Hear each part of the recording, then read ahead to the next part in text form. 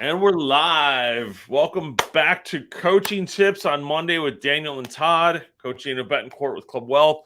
And it's been a while, Daniel, since I've been on here. I haven't had my Friday show nor been on the Monday for a while, just with a lot of plans going on and stuff. And I appreciate you, jumping in, taking over this Monday stuff and keeping that rolling. And here we are back today.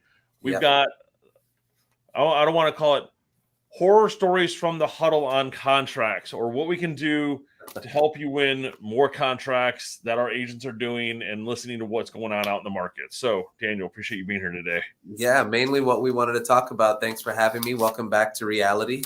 Yes. Spring break is over. And nope, they're off today. We got one more day, but I'm working all day. I'm like, can we get out of this spring break mode?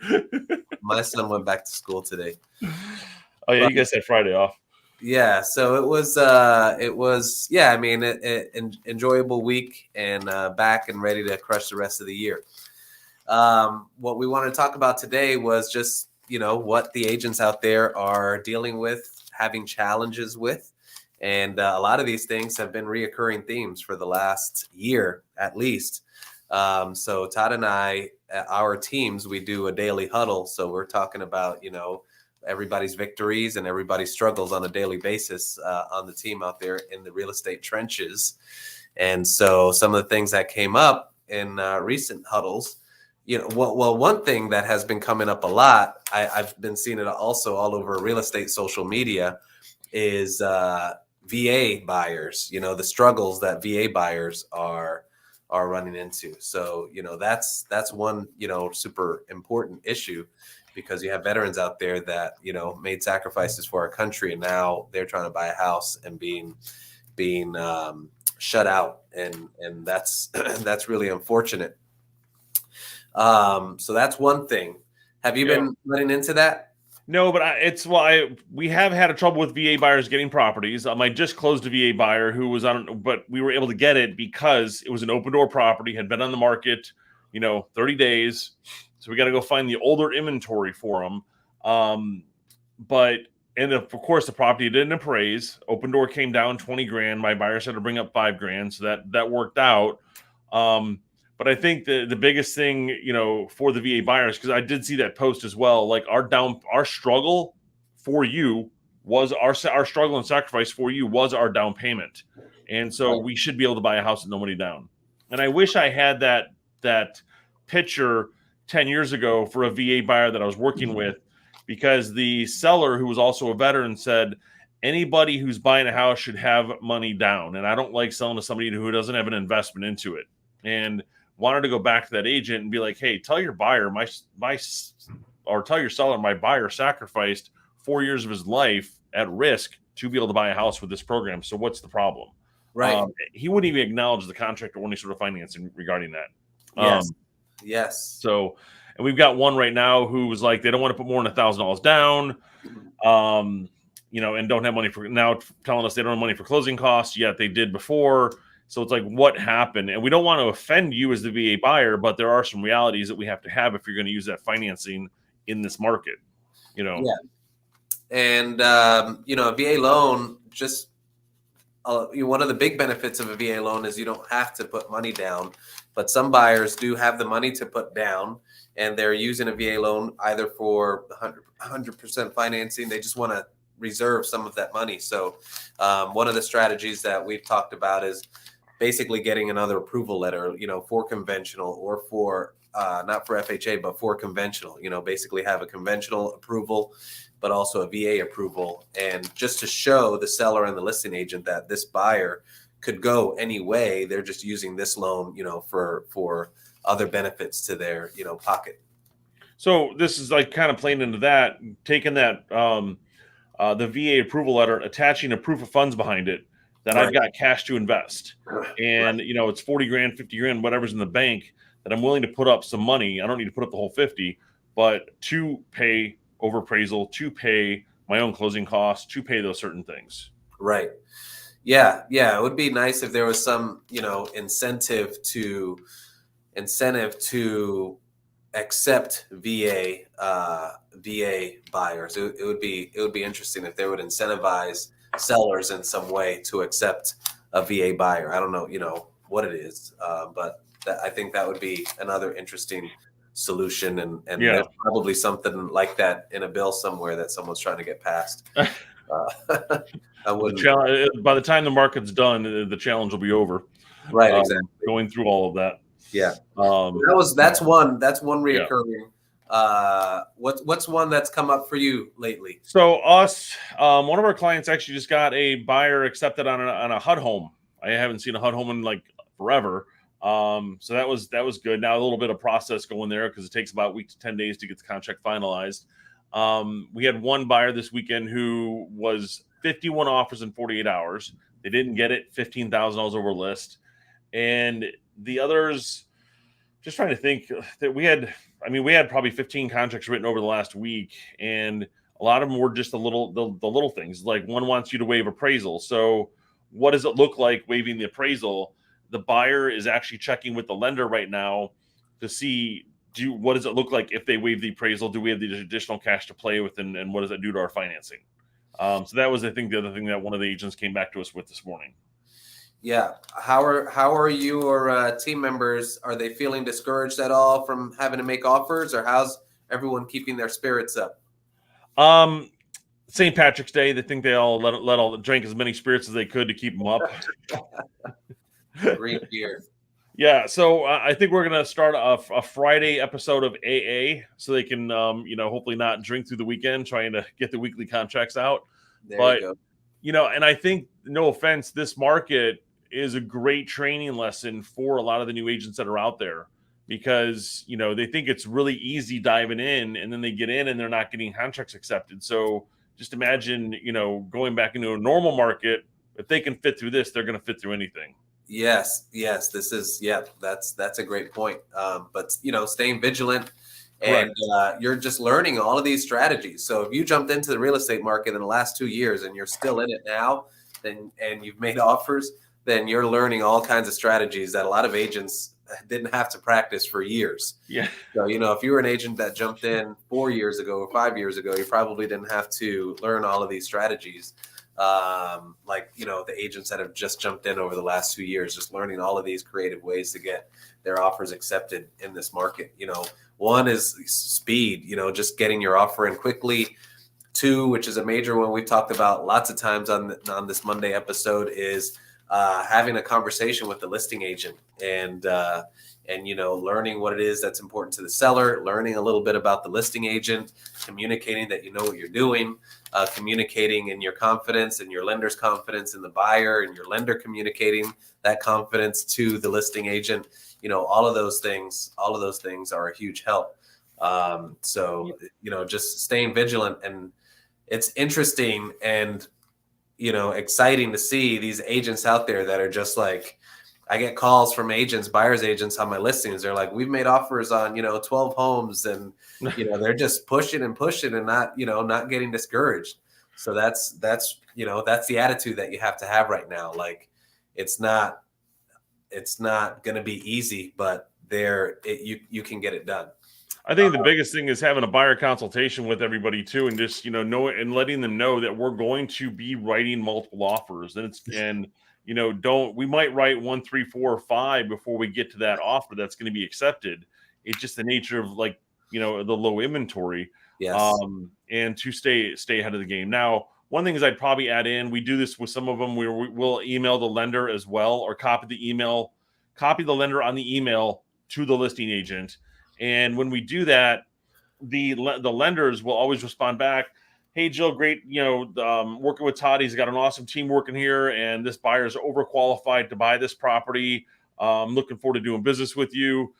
Just another reassurance. But a couple of the offers we got in on one of our listings this weekend was the buyers, you say call the seller to see what they're looking for. Well, everybody's doing that. And so I appreciate some of the agents who put in there, the seller doesn't need lease back. The seller doesn't need this, or this. But what the agents put in the emails were, we can close in 30 days. That's what the contract states. But if the seller needs more time, we will give them more time. If the seller needs a lease back, we can give them a lease back. And one agent on my listing on Cottesmore, we ended up taking the house off the market because they put such a strong offer up front with 5 offers already on the table. They emailed back and said, hey, we'll give you a lease back. And then they emailed back again and said, we'll give you a free lease back for 30 days. And so getting a lot of that information out up front helps. Right. Yeah, that's that's perfect. So that leads me to this other one that was a recent struggle on our huddle just this morning, was seller not wanting to entertain offers from sight unseen buyers. Yes, that was what we talked about. Yeah. Yes. So what do you do when you submit an offer, a listing agent says, has the buyer seen it, and you say yes through FaceTime or whatever it is, and they say, my seller's not comfortable with accepting an offer from a buyer that hasn't seen it. Obviously, one way is to lie, which we don't want to do. So what's a way that we can get our offers accepted, get our offers entertained by a seller who is resistant or apprehensive about sight unseen buyers? Well, you need to put in the strongest offer with the shortest inspection period, so they know if something does happen that it's only going to be off the market a couple of days. Yeah. But you also got to know how you're asking and answering your questions. Has the buyer seen the house? Yes. Any other questions? Yeah, exactly. I mean, it's not that I just walked through and looked at it for myself and told them about it. No, I walked them through the house, and so they've seen the house and just didn't ask what it means. The house that we bought up in Port Orange, we obviously got it back, but we bought it. We did the contract, canceled, and then it went back under contract with somebody else. And the wife showed the husband on FaceTime. So they got to the inspections, and the husband didn't like the house once he saw it on in person. So they canceled again, and we were able to pick the property back up at a lower price. Yeah. But it never looks the same in FaceTime. And it also depends who's FaceTiming the buyer. As an agent, you need to walk them through and look at every nook and cranny on a phone. Right. And if you can do that, you're going to keep the buyer more committed.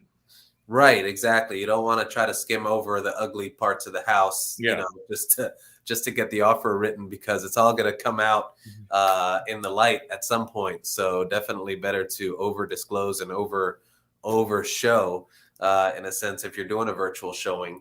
But like you said, I think the sellers, you have to address, the seller has specific concerns. So sight unseen buyer, that's very kind of general, but what is it? What specifically is the seller's concern about a sight unseen buyer? And then, address that concern.